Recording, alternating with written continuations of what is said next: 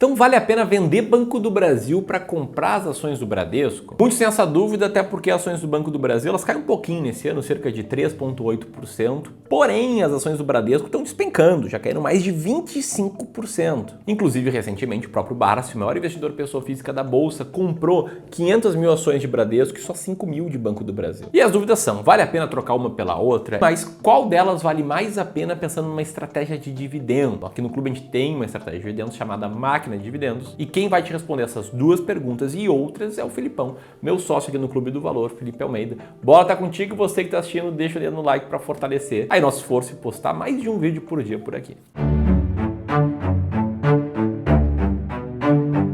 Boa, antes de responder qualquer coisa, a gente precisa olhar para o contexto atual de cada uma das empresas, que é extremamente diferente. Enquanto que o Bradesco caiu 26% nos últimos 6 meses, mesmo a gente considerando o pagamento de dividendos, os resultados do banco parecem estar meio que de lado. Afinal de contas, o lucro teve uma queda anual no primeiro trimestre de 2024 de 1,6%, ou seja, ficou basicamente de lado. Só que comparado trimestre com trimestre, a gente viu o lucro do Bradesco cair 37% quando comparado com o final do ano passado. E é por essas e outras que a gente já entende matérias como essa: Banco Bradesco sem fôlego, uma história atraente somente depois de 2025. Só que essa melhora pode vir muito mais rápido por causa de 4 fatores que o próprio Bradesco levantou. A primeira é a melhora na PDD, provisão para devedores duvidosos, que é aquele recurso que o banco sempre deixa guardado para caso a inadimplência dos clientes dele venha a aumentar demais e ele precise de caixa para cobrir aquelas operações. Nesse gráfico a gente vê o índice de PDD reduzindo de trimestre a trimestre. Segundo ponto, a despesa operacional do banco caiu 10% em comparação com o trimestre. Boa parte disso veio de redução de custos com pessoal e administrativos. Terceiro ponto, a seguradora do Bradesco trouxe resultados muito fortes. Uma vez que, se a gente olhar para essa frente em específico, a gente vai ver um lucro líquido de 2 bilhões de reais no primeiro tri de 2024, o que é basicamente metade do lucro do Bradesco inteiro. Só que o quarto ponto, ele é negativo. O ROI do Bradesco, ele tá abaixo do esperado. E não é só que ele tá abaixo do esperado, ele vem numa descendente muito constante desde 2014, onde o ROI do banco já se mostrou acima de 20% e agora está abaixo de 8%. Para quem não lembra, o ROI significa Return on Equity, basicamente o retorno sobre o capital investido dos acionistas em alguma empresa. E é por isso que muita gente faz aquela comparação. Nossa, se o retorno que o banco está dando é de cerca de 7, 8% ao ano sobre o meu capital como acionista, seria muito melhor estar investido ali na Selic, que está pagando 10,5% ao ano, acima do ROI do Banco Bradesco. Então, para que risco se você pode ter um retorno maior do que esse na renda fixa? É claro que uma comparação assim, ela é muito superficial. Existem milhares de fatores a mais para se considerar, mas ela acontece. Enquanto isso, o ROI do Banco do Brasil ele apresenta uma dinâmica completamente diferente.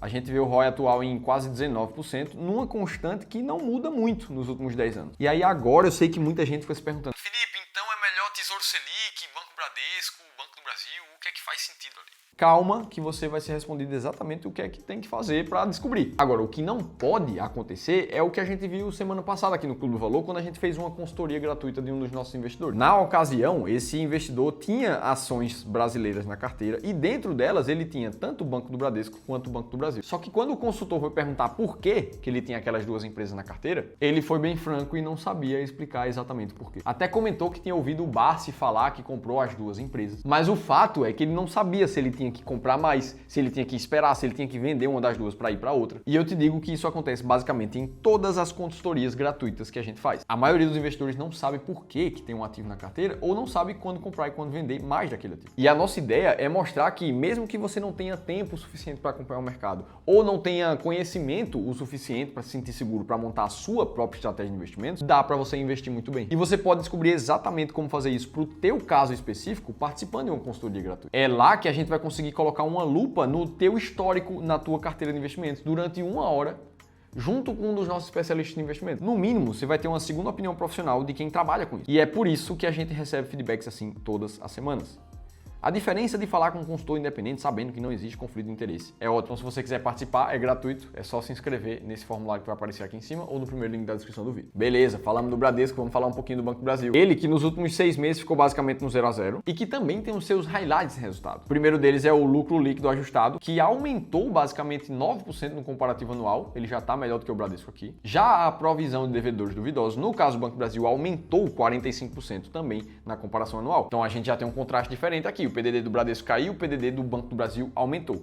Só que, terceiro highlight, quando a gente vai olhar para a qualidade do crédito do Banco do Brasil, a gente vê uma qualidade melhor. Afinal de contas, olhando para a inadimplência de mais de 90 dias, que no Banco do Brasil está em 2,9, a média do Banco Bradesco está ali em torno de 4,8 no total. E por último, o highlight do Banco do Brasil é justamente o ROI, muito mais alto que a gente já mostrou aqui no vídeo. Então a gente tem aqui dois contextos completamente diferentes. Enquanto o Banco Bradesco tem um desafio enorme pela frente de conseguir fazer o seu ROI ficar acima do seu custo de capital antes de 2026, que é o que diz o próprio diretor, o CEO do Bradesco, Marcelo Noronha. O Banco do Brasil já passou por um movimento desse lá atrás, em 2016. A gente via o ROI do banco girando entre 11 a 12, 13%, o que hoje é quase 20%. E é justamente por isso que o Barsi investe no Banco do Brasil pensando em longevidade, por exemplo, e investiu no Banco Bradesco pensando em oportunidade, já que são dois contextos de dois momentos completamente diferentes. E aí fica a pergunta, como é que as nossas estratégias aqui do Clube do Valor enxergam essas duas empresas? Primeira coisa que a gente tem que fazer é comparar os dados fundamentalistas dessas empresas. Para isso eu vou usar a planilha inteligente de seleção de ações aqui do Clube do Valor. E aí vamos colocar aqui Banco do Brasil e Banco Bradesco do lado uma da outra, que a gente vai ver um preço-valor patrimonial que está similar até. O Banco do Brasil está um pouco maior do que o do Banco Bradesco. Já em termos de PL, a gente vê o oposto. O Banco do Brasil estaria muito mais barato, segundo essa métrica, do que o Banco Bradesco. Enquanto isso, o dividend yield do Banco do Brasil ainda é superior, batendo quase 10% ali nos últimos 12 meses. O ROI, como a gente já tinha comentado, é uma diferença gigantesca. E a margem líquida também está superior em termos do Banco do Brasil. A gente pode até colocar um outro bancão aqui do lado para comparar também, como o Banco Santander, por exemplo. E a gente vai ver que em termos de métrica de valuation, PVPA e preço sobre lucro, o Santander seria o mais caro dos três, com o dividend yield mais baixo. Inclusive, você pode baixar essa planilha também para você fazer as suas próprias comparações de fundamentos de ações.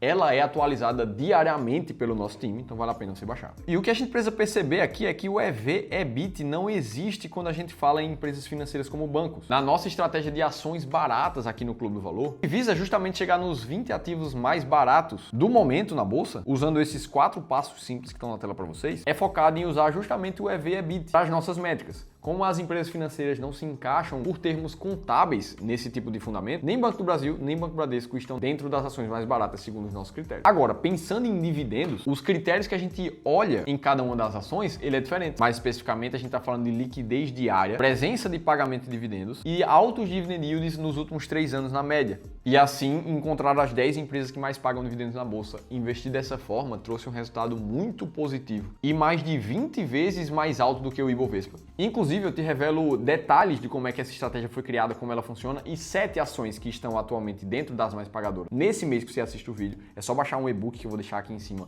ou no link da descrição. Mas quando a gente chega no ranking aqui de ações e dividendos, a gente encontra o Banco do Brasil na posição número 24, com uma média de dividend yield nos últimos 3 anos de pouco menos de 8%. E o Banco Bradesco na posição número 15, com uma média de 9,2% de dividend yield nos últimos 3 anos. Percebendo que nenhuma das duas está entre as 10 mais pagadoras da bolsa nesse momento, o que não faria sentido também para quem está montando uma nova estratégia de dividendos ou para quem vai fazer o seu rebalanceamento nesse momento. Dito isso, fica muito mais nítido e claro como é que você vai tomar a decisão se você compra ou vende uma empresa diferente.